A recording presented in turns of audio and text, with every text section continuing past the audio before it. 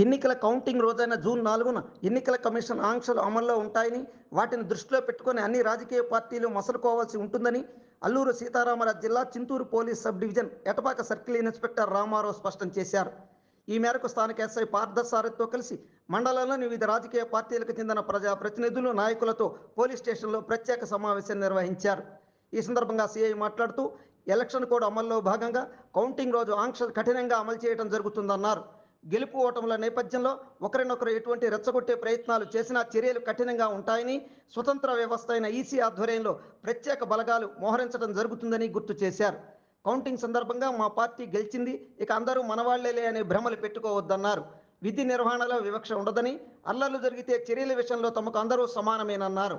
ముఖ్యంగా కౌంటింగ్ ముందు, తర్వాత, అలాగే కొత్తగా ఎన్నికైన ప్రభుత్వం ప్రమాణ స్వీకారం పూర్తయ్యే వరకు శాంతి భద్రతల సమస్య తలెత్తకుండా అన్ని రాజకీయ పార్టీలు సంయమనంతో వ్యవహరించి పోలీస్ శాఖకు సహకరించాలని విజ్ఞప్తి చేశారు. న్యూస్ ఛానల్ అందరూ చూడండి, ఆనందించండి, లైక్ చేయండి, షేర్ చేయండి, సబ్స్క్రైబ్ చేయడం మర్చిపోకండి.